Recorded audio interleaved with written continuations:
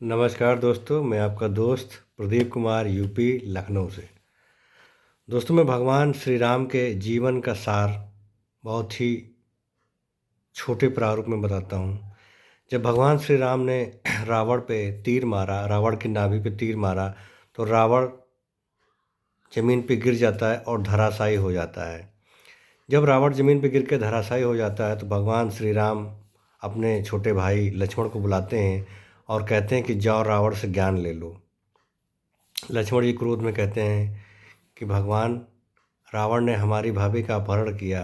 रावण इतना अहंकारी राजा है। रावण पूरे संसार को कष्ट में कर रहा, रावण पूरे संसार को दुख दे रहा था, और हमारी भाभी जिसने अपहरण किया है, आप उससे करें जाके ज्ञान ले लो। भगवान श्री राम कहते हैं वो अहंकारी तो है, लेकिन साथ साथ में ज्ञानी भी है।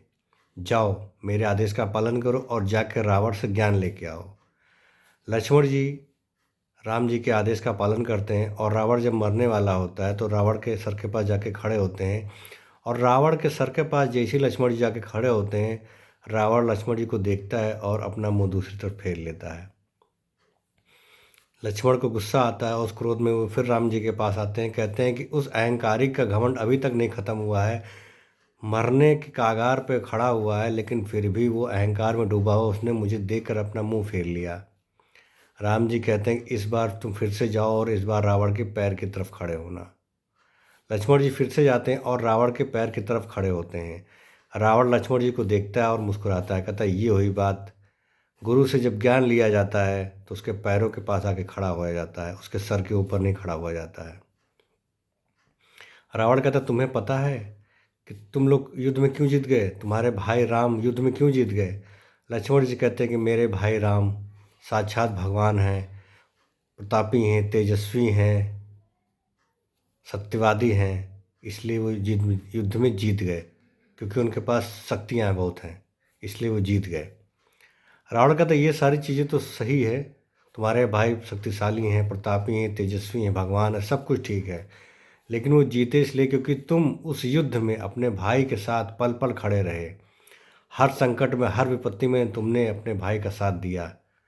जो भी बाढ़ चलाए गए पहले तुमने उनको सहा, फिर तुम्हारे भाई के पास गया, इसलिए तुमने अपने भाई का जगह जगह पर साथ दिया। लेकिन जो मेरा भाई था, मेरा भाई तुम्हारी सेना में जाके मिल गया और उसने दुश्मनों को मेरा भेद बता दिया कि रावण की नाभि में अमृत है, अगर रावण की नाभि में तीर मारा जाएगा तो रावण मर जाएगा।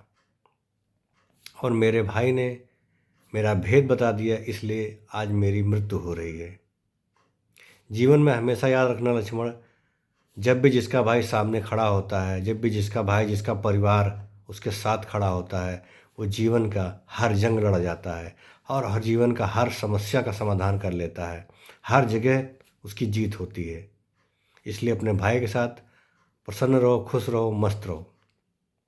दोस्तों, एक छोटी सी कहानी सिखाती है कि हमें हमारे परिवार में, हमारे भाइयों में, हमारे घर के किसी भी सदस्य में अगर कोई भी मतभेद हो जाए तो हमें दुश्मनों से जाकर नहीं मिलना चाहिए, क्योंकि अगर आप दुश्मनों से जाके मिलेंगे तो आप अपने परिवार को, अपने भाई को, सबको कमज़ोर कर देंगे, और वो दुश्मन आपके साथ मिलकर आपके भाई को, आपके परिवार को नष्ट कर देगा।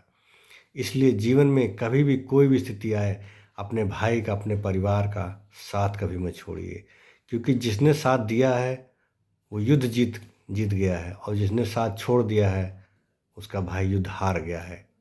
और रावण का भी यही नतीजा हुआ। रावण बहुत ज्ञानी थे, तेजस्वी थे, प्रतापी थे, लेकिन रावण का भाई अगर राम जी के साथ ना मिला होता युद्ध में जाके तो रावण मरते नहीं, क्योंकि कहावत कही गई ना, घर का भेदी लंका ढाए। हमारे घर के लोग ही, हमारे परिवार के लोग ही हमारी कमियों को जाके दूसरों को बताते हैं, तभी लोग हमारे ऊपर जीत पाते हैं, हमारी कमियों को पकड़ के हमारे ऊपर हमला करते हैं। तो जीवन में याद रखिएगा, कैसी भी स्थिति आ जाए, भाई का साथ मत छोड़िएगा। जय हिंद दोस्तों।